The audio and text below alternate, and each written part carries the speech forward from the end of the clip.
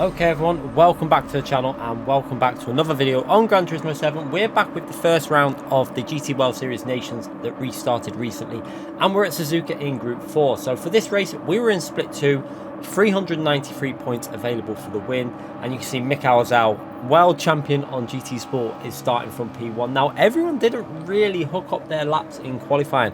A lot of missed opportunities, and luckily my lap wasn't particularly great either, and it managed to start as P4. So let's see what happens as the lights go out. Keep your eye on Mikhail Zhao there, TRL Lightning in P1.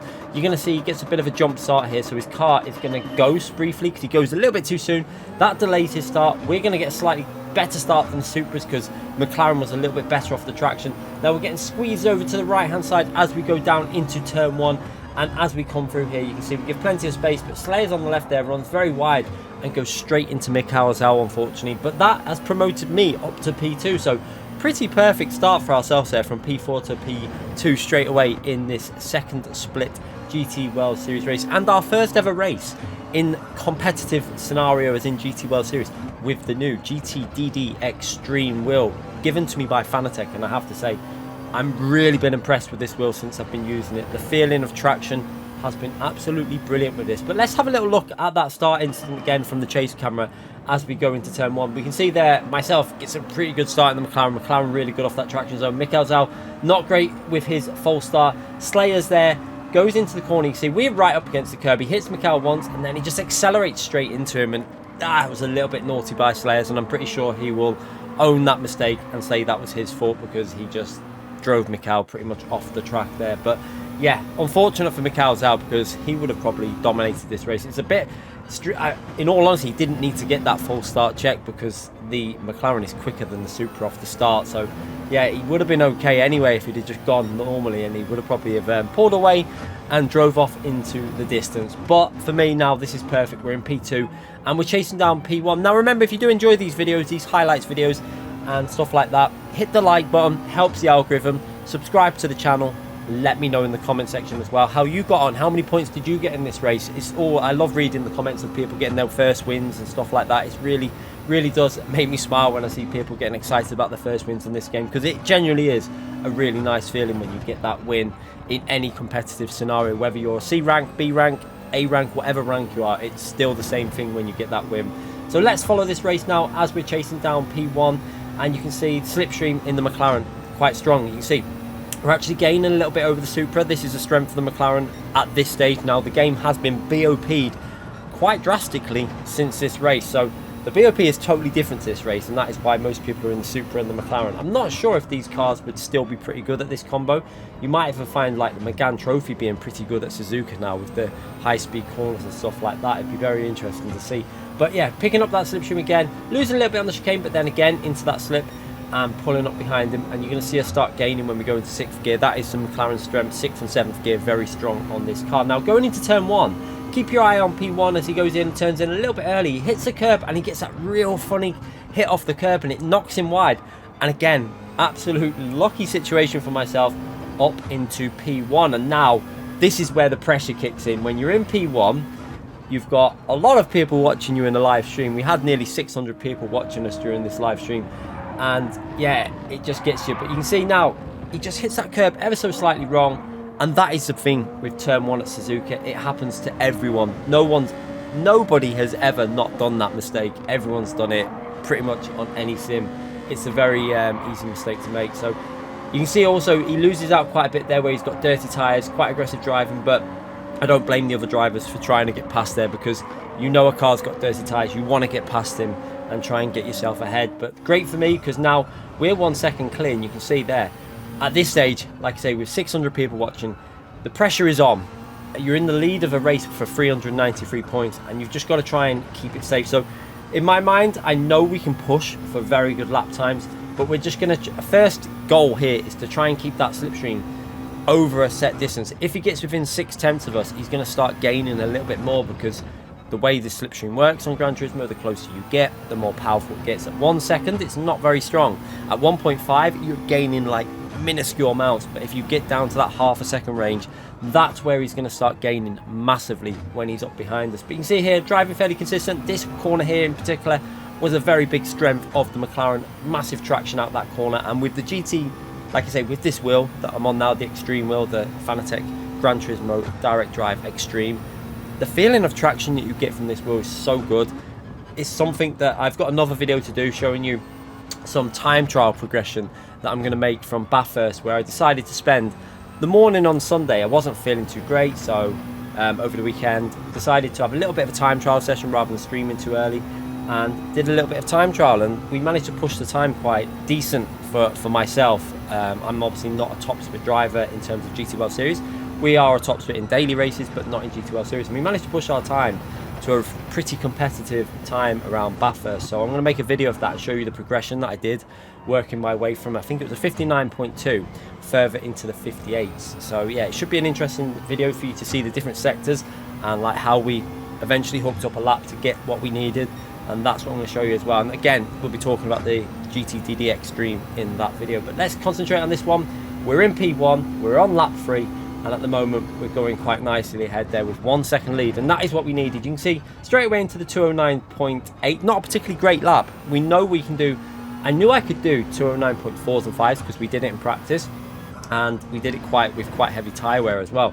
But that was when we're pushing and we're not really worrying about crashing. Totally different scenario when you're live streaming and you've got 600 people watching and you've got someone within 9/10, 1 second behind you, because one little mistake, if you're overdriving it, will cost you more than just keeping it consistent, and that's what we're trying to do here. You can see I'm not getting too close to some of the outside curbs there.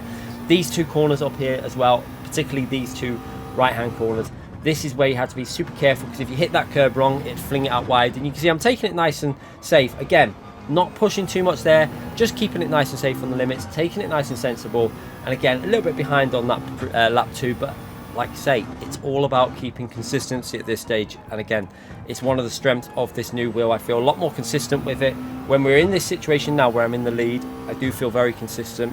Once I'm focused 100%, obviously if you're not focused 100%, you're going to still make mistakes, but when I'm focused like this, I feel like we can drive pretty well and keep that consistency. Again, into lap 4 now. At the end of lap 4, you can see again over the line, we've managed to build that lead up to 1.3 seconds nearly there. You can see we actually go over the line with a pretty solid 209.7 there. So again, the pace was there if we needed it, and what I was trying to do was get that gap to around 1.4, 1.5, because if I get it to around that distance, he's not really gaining anything on the slipstream, and then we can really take it easy. And we've pretty much done that now. We've got 1.3, 1.4. So from this stage now, it's all about that 90% drive and just keep it on the track. Suzuka is a nightmare. One little mistake at this track, you saw it with P1 on lap 2.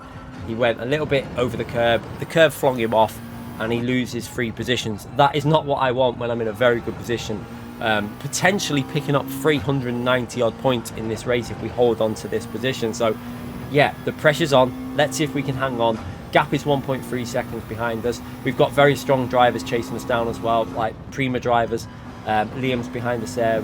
We've also got Antomics there in P6. I think Antomics it was quite a rough start of the race at the start of this, I think, between a lot of drivers. It got quite feisty with the standing start, so there is a little bit of a gap developing. You can see that I'm starting to pull away a little bit here, and you can see that P2 is just hanging on at the moment. He's picking up a little bit of slipstream, but we are pulling away, and this was really good because, like I say, we're not pushing that maximum at the moment. We're just trying to keep it consistent, and you can see that gap is up to 1.5 nearly there.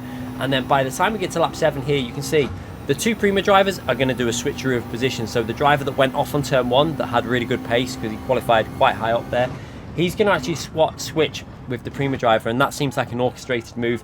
They're not going to fight each other. He's going to get ahead because he is probably the quicker driver there, and he's going to see if he can drag Stardust up to us. So this is going to be very difficult now. We've got a couple of laps to go. We've got a 1.8, 1.7 second lead, and it's all about just keeping it consistent. I don't want to make too many mistakes here, and again, as long as I drive consistent, 1.8, 1.7 should be enough, because if he gets in the slipstream towards the last laps, he will struggle with a bit of understeer because his tyres will be worse than the McLaren. The McLaren had better tyre wear than the Supra. So yeah, you can see by the time we get to lap 8 at the end, he's managed to gain quite a bit there over the lap and a half or whatever it was lap, and he's 1.3 seconds behind. So now we need to refocus and just get them lap times consistent. You can see we've been fairly consistent. We did 209.7, 209.8.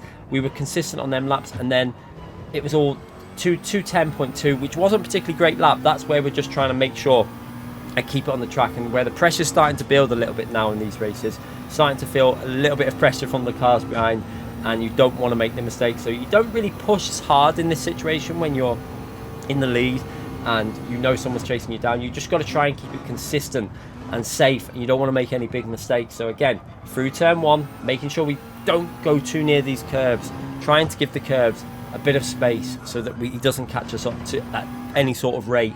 Again, through these first S corners, again you can see that he's not gaining as much now on this lap 9, and this is looking pretty good. We've managed to hold on here quite well, and you can see that we're holding that gap. I'm actually increasing the gap slightly, and this is where the tyre wear of the McLaren is starting to come back at the Supra, and now we're able to hold the gap without overdriving the car. So it's looking very, very good for our result if we can hang on to this at the moment. Again, over the curbs, being very cautious, not pushing it too far wide on the exit curb. Again, being very, very careful on the curbs here.